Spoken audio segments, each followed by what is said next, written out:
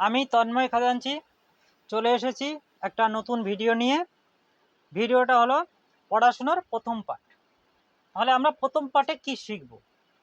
দেখো, এখন সব জায়গায় দেখা যায় টিউশন মানে হচ্ছে গেলাম, স্কুলে কিছু পড়া দিল কিংবা কেউ কিছু পড়া দিল, সেখানে গিয়ে বসে বসে পড়ে মুখস্থ করে চলে আসা, এটা টিউশন নয়। তাহলে যে পড়তে পারে সে তো বাড়িতে একইভাবে পড়ে নিলে হয়ে যায়।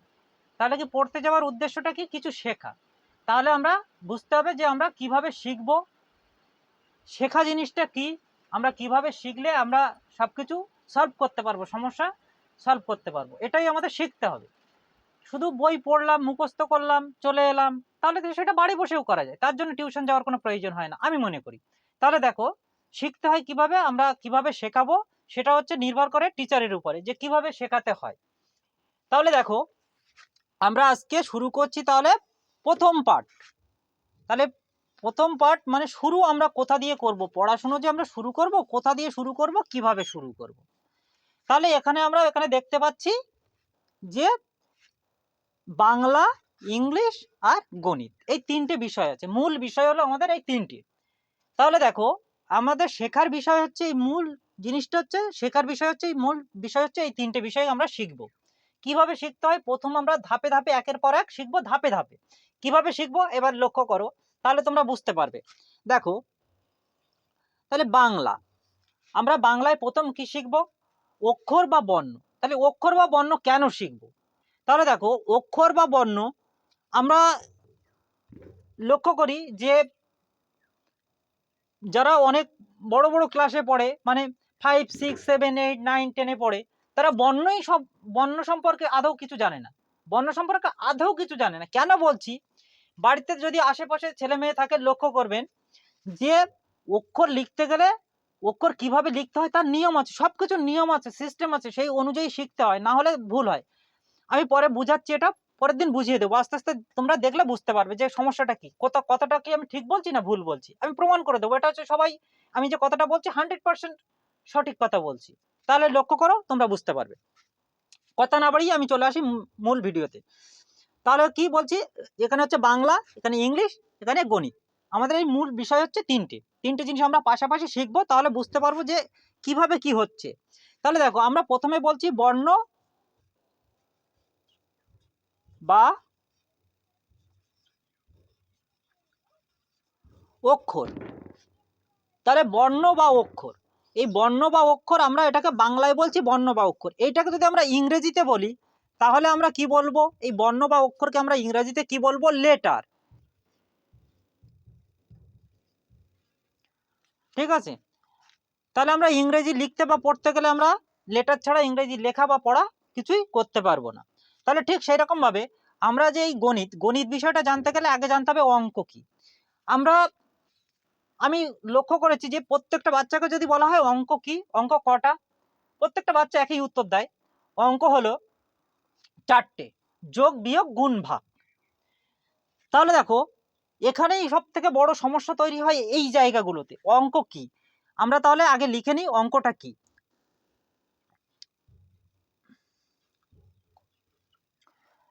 অঙ্ক হলো মোট 10টা অঙ্ক আছে। অঙ্কগুলো কি কি? শূন্য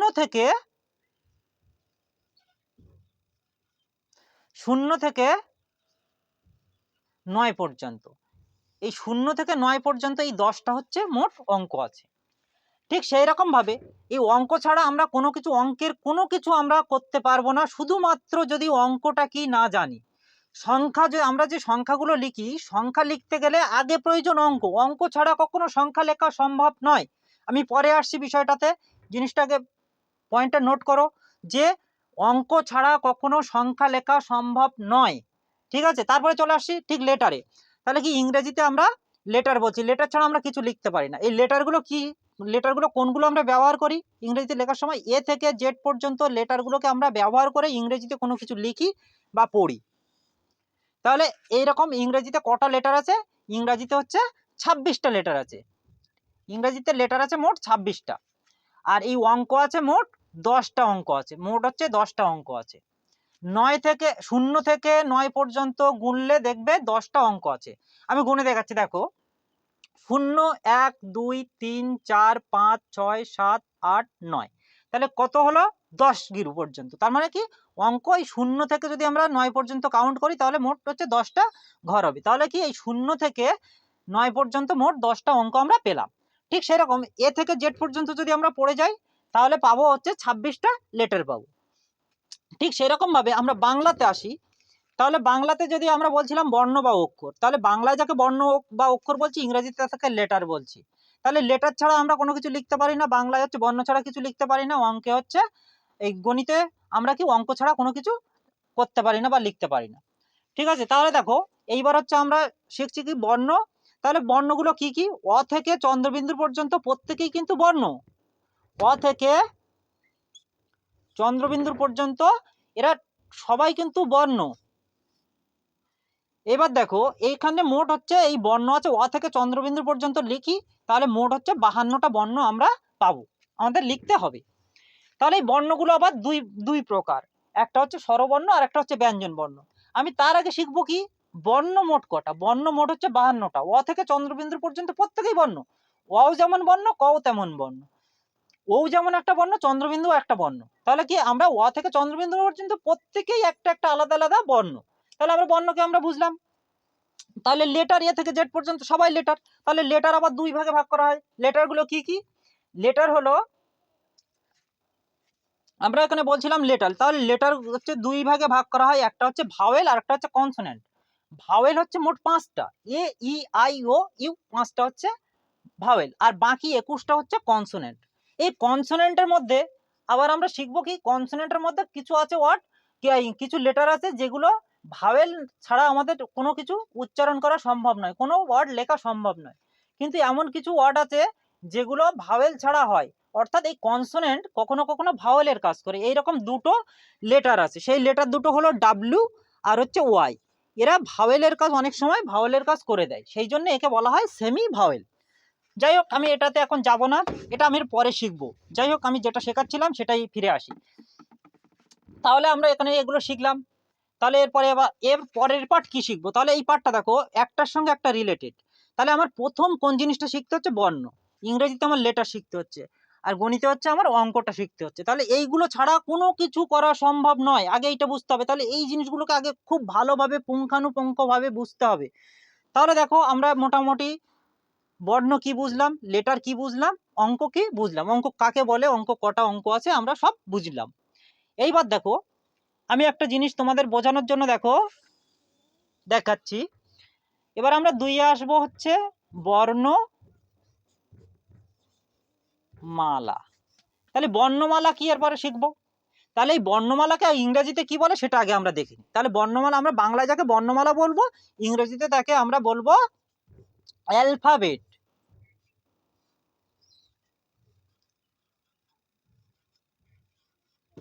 একেও আমরা বলবো অ্যালফাবেট। বর্ণমালা আর অ্যালফাবেট কিন্তু একই। আর আমরা এখানে এর সঙ্গে পরে আর একটা জিনিস শিখবো, সেটা আমরা পরে বলছি, গণিতেরটা আমি পরে বলছি। তাহলে এই দুটো আগে শিখে নিই ভালোভাবে। তাহলে দেখো বর্ণমালা কি, বর্ণমালা কি বোঝার আগে একটা জিনিস বুঝতে হবে। দেখো এখানে আমি কয়েকটা ফুল আঁকছি,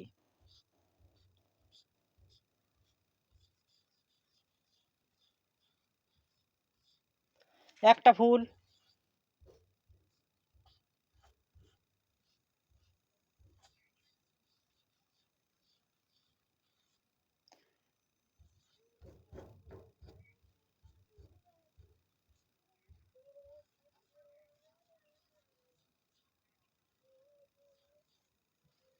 এই পাশাপাশি 3টে ফুল লিখলাম। দেখো ফুল আঁকলাম, এই ফুলগুলো এখন আছে এই একটা ফুল একটা ফুল একটা ফুল, কিন্তু এই ফুলগুলোকে যখন পর পর একের পর এক সাজিয়ে একটা সুতোর ভেতরে গেঁথে দিচ্ছি তখন এটা কি হয়ে যাচ্ছে? একটা মালা। ঠিক সেই রকম ভাবে আমরা যদি ওকে অ থেকে ও পর্যন্ত অ আ হর্ষই এইভাবে যদি লিখে যাই, এইভাবে যদি আমরা লিখে যাই তাহলে এখান থেকে লিখতে লিখতে আমরা কি এক সময় ও পর্যন্ত পৌঁছে যাব। তাহলে এই অ আ হর্ষই দীর্ঘই রস্বই দীর্ঘ রি লি এ ওই ও ঔ এই পর্যন্ত যদি পরপর পরপর যদি সাজিয়ে একই লাইন অনুযায়ী পরপর যদি সাজিয়ে লিখে যাই, এমন এই যেমন ফুলগুলোকে পরপর পরপর সাজিয়ে একটা আমরা কি সুতোর মধ্যে ঢুকিয়ে দিয়ে আমরা এটাকে মালা বানিয়ে দিয়েছি। ঠিক সেরকম এইগুলোকে পরপর যদি সাজিয়ে লেখা হয় তাহলে সেটা কি হয়ে যাবে, একটা মালা হয়ে যাবে। তাহলে বর্ণমালা বলতে কি, অ থেকে ও পর্যন্ত প্রত্যেকটা বর্ণ পরপর লিখে সাজিয়ে যদি লেখা হয়, যেখানে লেখা থাকে সেটাকে বলা হয় বর্ণমালা। তাহলে বর্ণমালা আমরা কি বুঝলাম? তাহলে হচ্ছে বর্ণমালা, এরকম বর্ণমালা বাংলায় দুখানা বর্ণমালা আমরা পাই। সেটা কি, অ থেকে ও পর্যন্ত আমরা এখানে আগে দেখেছি।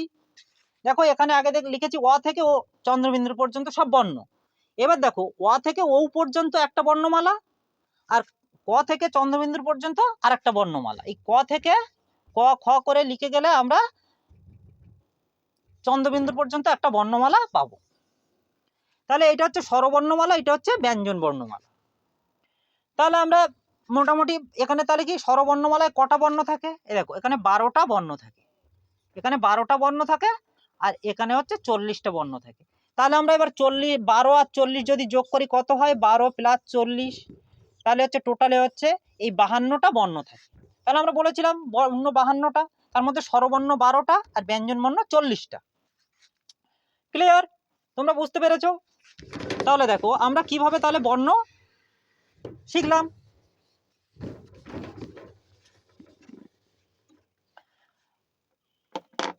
ঠিক সেই রকম ভাবে বাংলায় যেমন ওয়াকে আমরা পরপর সাজিয়ে লিখলে বর্ণমালা হয়ে যায়, ঠিক সেই রকম ইংরেজিতে এ থেকে জেড পর্যন্ত এই লেটারগুলোকে যেমন আমরা এ থেকে লিখি এ, বি, সি, এরকম ডট ডট ডট দিয়ে আমরা কি জেড পর্যন্ত লিখবো। তাহলে এইগুলোকে পরপর যদি ক্রম অনুযায়ী আমরা সাজিয়ে লিখি, এই যে পরপর যে সাজিয়ে লেখা হলো, এইটাকে আমরা একত্রে বলবো অ্যালফাবেট। ঠিক আছে, এটাকে আমরা বলবো অ্যালফাবেট। তাহলে এই অ্যালফাবেট কি আমরা বুঝলাম।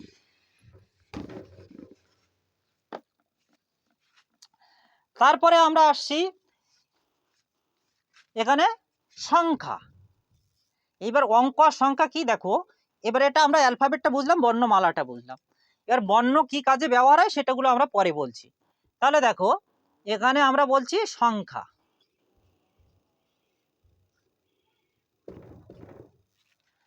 তাহলে আমরা এখানে লিখলাম কি সংখ্যা। তাহলে সংখ্যাটা কি আমরা আগেই জেনেছি, 9টা অঙ্ক থাকে, এই 10টা অঙ্ক থাকে, 0 থেকে 9 পর্যন্ত 10টা অঙ্ক থাকে। এই অঙ্কগুলো ব্যবহার করে আমরা সংখ্যা লিখি।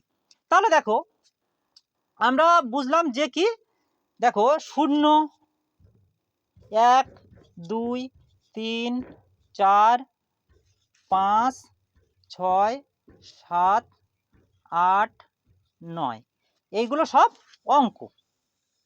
এই 10টা অঙ্ক 1, 2, 3, 4, 5, 6, 7, 8, 9, 10, এই 10টা অঙ্ক। ঠিক আছে, এই 10টা অঙ্ক, কিন্তু আমরা যদি এখানে 9টা লিখি তাহলে 9টা কিন্তু একটা অঙ্ক, একটাই অঙ্ক 9, কিন্তু এটা কিন্তু একটা আগে একটা সংখ্যা 9। সংখ্যাটা কত? এটা 9। এটা কয় অঙ্কের সংখ্যা? 1 অঙ্ক। কারণ কটা অঙ্ক আছে? একটা অঙ্ক। অঙ্কটা কি? অঙ্কটা 9। এই 9টা এখানে একটা অঙ্ক বসে এই সংখ্যাটা আমরা বলছি 9। তাহলে এটা কি?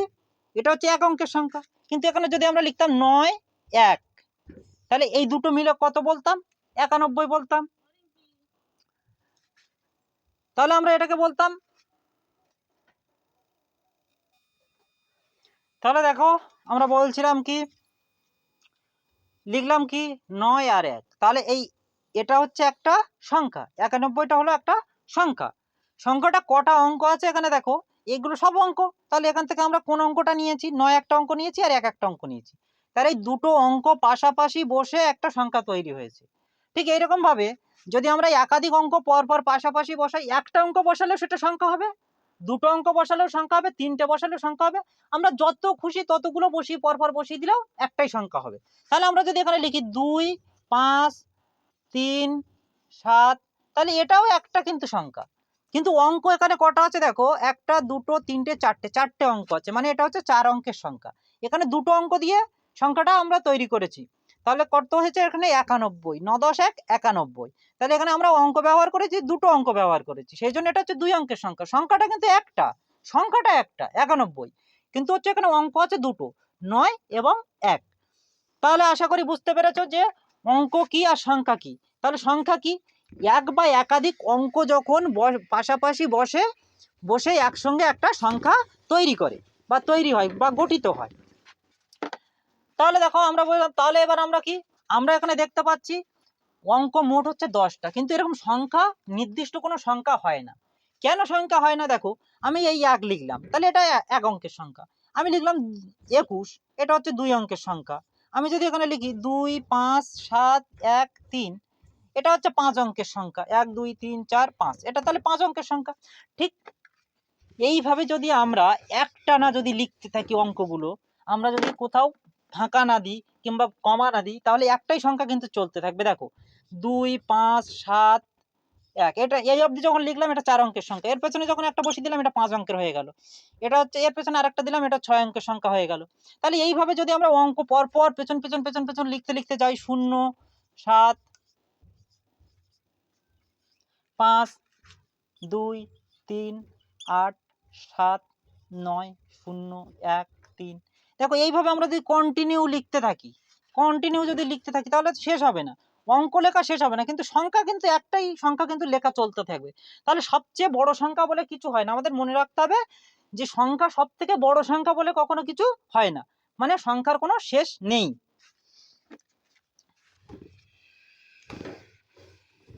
কিন্তু দেখো, আমরা যদি এইভাবে লিখি 2 7 5 3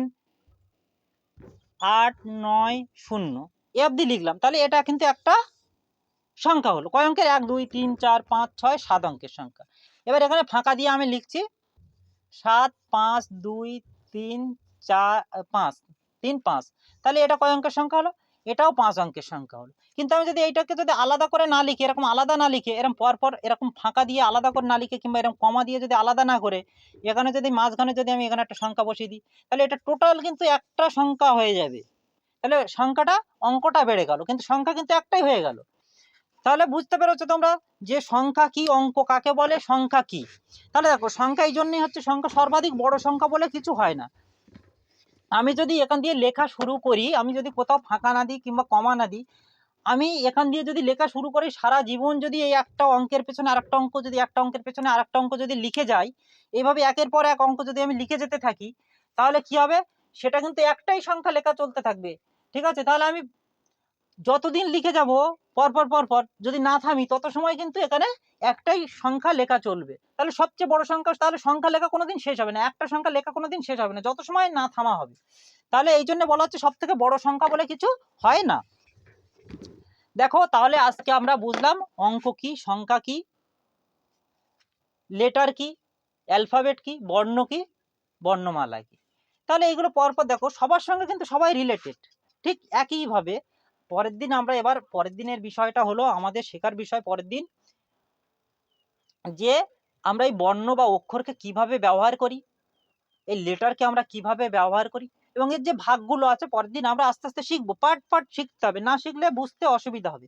এইগুলো হচ্ছে শেখার জিনিস। তাহলে অঙ্ক কি আজকে আমরা মোটামুটি বুঝলাম। তোমরা বুঝতে না পারলে আবার কমেন্ট করো, আমি আবার তোমাদের উত্তর দেব।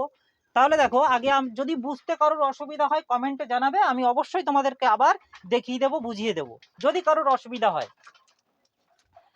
তাহলে আশা করি অবধি বুঝতে পেরেছো। তাহলে দেখো, আমি যেটা বলেছিলাম সেখান দিয়ে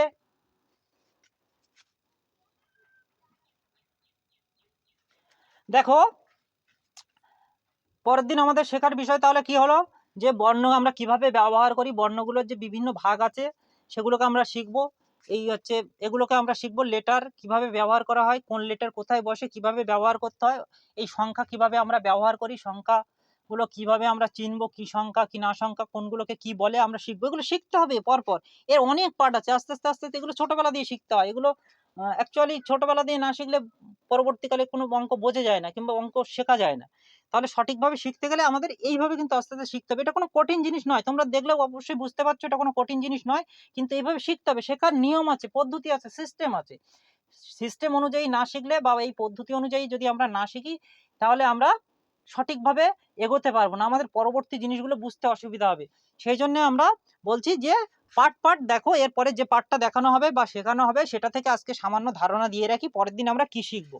এগুলো একটা ভিডিও মিস করলে কিন্তু তোমরা পরেরটা বুঝতে পারবে না, পরের জিনিসটা কি বুঝাচ্ছি। তাহলে এগুলো বুঝতে হবে যে কোনগুলো কি। প্রথম আমরা বর্ণ না জানলে আমরা বাংলার কিছুই পারবো না, কোনো কিছু লিখতে পারবো না, পড়তে পারবো না। ইংরেজিতে ঠিক সেরকম, লেটার বা অক্ষর না জানলে আমরা কিছু জানবো না, শিখতে পারবো না। ঠিক সেরকম এখানে অঙ্ক কাকে বলে, সংখ্যা কি, এগুলো না জানলে আমরা কিছুই করতে পারবো না। সেই জন্য এইগুলোকে আগে সঠিকভাবে শিখতে হবে, সেটাই তোমাদের দেখাচ্ছি আজকে। তাহলে দেখিয়ে দিলাম। পরের দিন আমরা কি শিখবো, এখান থেকে শিখবো হচ্ছে শব্দ। তাহলে এখানে লিখি 3, 3-এ আমরা কি শিখবো, আমরা শিখবো শব্দ। ঠিক আছে, এই শব্দটাকে আমরা ইংরেজিতে কি বলি, ওয়ার্ড।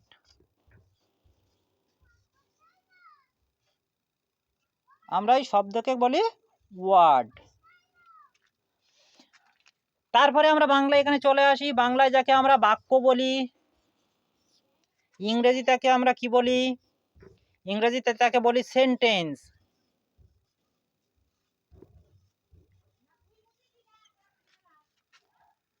আর আমরা যাকে অঙ্ক বলি, সেটা অ্যাকচুয়াল হচ্ছে জিনিসটা কি আমরা আজকে শিখবো।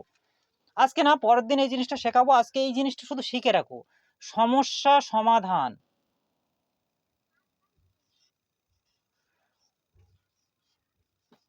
অঙ্কের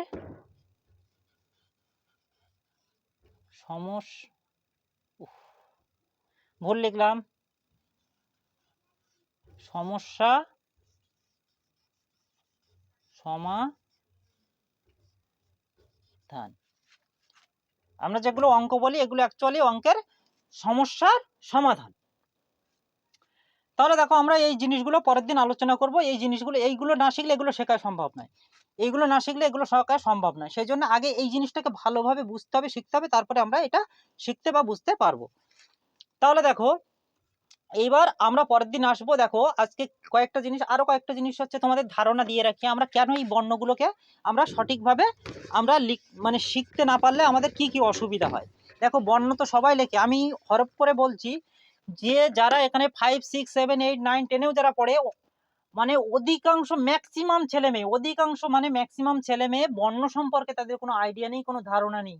এই কথাটা বললে অনেকে বলবে আমরা 10-এ পড়ি, আমরা কি জানি না। সত্যিকারের কেউ জানে না, লিখতে দেবে, দিলে বুঝতে পারবে যে এটা জানে না। কারণ কি, আমি তোমাদের দেখিয়ে দিচ্ছি। দেখো, একটা বর্ণ যখন আমরা কোনো কাউকে লিখতে দিই, সবাই যে বর্ণের মাথায় মাত্রা দেয় সে সবগুলো মাত্রা দিয়ে যায়, আর যে মাত্রা দেয় না সে কোনোটার মাথায় মাত্রা দেয় না। ঠিক আছে, কিন্তু বর্ণ কিন্তু এইভাবে হয় না। দেখো, আমি তোমাদের কয়েকটা জিনিস দেখাচ্ছি। মাত্রা হচ্ছে 2 প্রকার হয়, যে অ ক খ লিখতে গেলে অনেক রকম ব্যাপার আছে যেগুলো মেনটেন করতে হয়।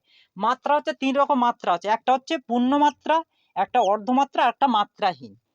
ঠিক আছে, তাহলে দেখো এর গুরুত্বটা দেখে নাও তোমরা। আজকে এই জিনিসটাও আমি তোমাদের দেখিয়ে দিচ্ছি। দেখো, আমরা লিখছি ক, তাহলে খ, দেখো এটা পূর্ণ মাত্রা, আমরা এই খ লিখছি, খর মাথায় কিন্তু পুরো দাগ হয় না, খর মাত্রা কিন্তু এইটা হচ্ছে অর্ধমাত্রা। আর আমরা যখন লিখছি উ, দেখো এর কোনো মাত্রা নেই। তাহলে আমরা ব্যঞ্জন বর্ণ লেখার সময় এরকম 3 রকম মাত্রা পাই। এটা হচ্ছে ক পূর্ণমাত্রা, খ অর্ধমাত্রা, ওর কোনো মাত্রা নেই। এরকম আমরা 3 রকম মাত্রা পাই।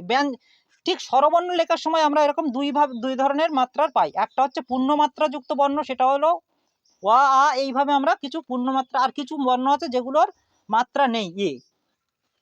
তাহলে মাত্রার গুরুত্ব কেন আছে দেখো, আমরা যদি এই এটা লিখলাম, এটা হচ্ছে তাহলে এর মাথায় দাগ দিলে কিন্তু এটার থাকে না, এটা কি হয়ে যায়, তয় রফলা, এটা হয় তয় রফলা। এই যে আমরা এটা লিখলাম ও, দেখো এখানে ও লিখছি, এই ওর মাথায় যদি আমরা দাগ দিয়ে দিই, কিন্তু এটা কিন্তু আর ও থাকে না, ওর মাথায় দাগ দিলে এটা হয়ে যায় ত যোগ ত, মানে তয় তয়। আর এইটা সমান সমান তয় রফলা, এইভাবে দেওয়া যায়, এভাবে দেওয়া যায়। আবার কি, আমরা এটাকে ভেঙে লিখলে, যেমন ভেঙে লিখেছি, এরকম লিখলে কি লেখা যায়, ত যোগ রফলা মানে র। তাহলে এটা হচ্ছে, তাহলে তোমরা বুঝতে পেরেছো মাত্রার গুরুত্ব কি। তাহলে পরের দিন মাত্রা সম্পর্কে ডিটেলসে পুরোটাই শেখানো হবে। তাহলে আজকে ভিডিও এই পর্যন্ত, পরের দিন আমরা আবার নতুন ভিডিও নিয়ে, এই ভিডিওর পর দিয়ে আমরা এই পার্টটাই পূর্ণ হলো না, পরের দিন এই পার্টটাকে আমরা কমপ্লিট করব। তাহলে সবাই বুঝতে পারবে যে কিভাবে শিখতে হয়, কিভাবে শেখানো হয়। তোমরা নিশ্চয়ই বুঝতে পারছো। যদি কেউ না বুঝতে পারো তাহলে আবার কমেন্ট করবে, বারবার বলছি কমেন্ট করবে, তোমাদের ভিডিওতে আবার দেখানো হবে। ঠিক আছে, এই বলে আজকে আমি আমার ভিডিও শেষ করছি। দেখা হবে পরের ভিডিওতে।